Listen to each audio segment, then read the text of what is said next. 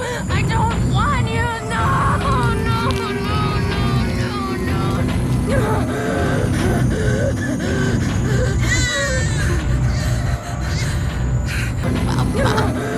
Mama.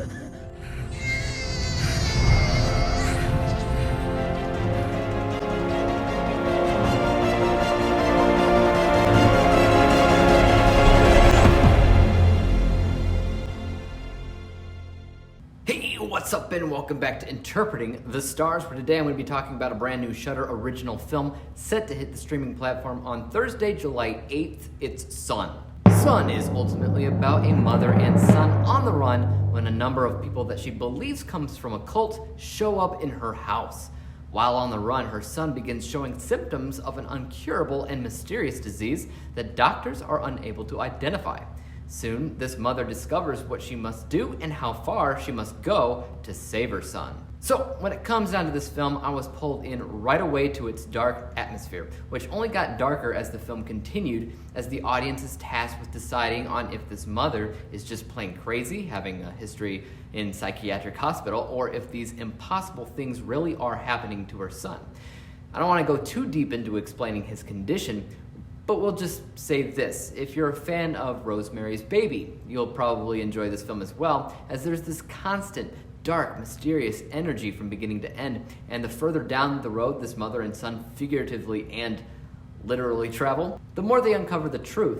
As a horror film, I think fans of the streaming service will really appreciate some of the truly disturbing imagery that the audience is given, most of which is dealt with some smart practical effects in the makeup department. Past that, there's some really subtle but effective use of lighting, cinematography, and editing that helps the film stand out just enough to be worth the watch. In general, I think the tone the film sets will be just right for all those Goldilocks in the horror genre, and I hope that they give it a shot, especially because our leading actors here all do a pretty good job at performing in their roles, even though I don't think it was ever that necessary. And Andy Matichak plays the mother, Laura, and she actually does a pretty good job at acting absolutely at wit's end, and it allows the audience to decide on their own if she's actually in trouble or if she's just not so. Luke David Blum plays her son David, and likewise he does a pretty good job, and child actors alone are kind of a hard egg to crack, even harder to be believable in a horror film, so I think he actually did a pretty good job here. Emil Hirsch plays a cop, slash detective in the film that gets close to the mother, and he's kind of leading the investigation and trying to find her once she goes on the run. And I felt like his character was okay. I didn't love him because I feel like the way his character is handled was probably the weakest out of the bunch, but how about some negatives? Well, in general, I think in the long scheme of things, I fear that the film may end up being slightly forgettable because I feel like it fails to tell the audience anything worthwhile in terms of why the story needed to be told, or really, at the heart of everything, why all of this was happening in the first place. It almost needed more exposition or something to explain, motive or endgame or something. It's one of those situations where the film does a good job at being effectively creepy at times with some great imagery, but the story itself is a little bit empty where it needed to be fleshed out more.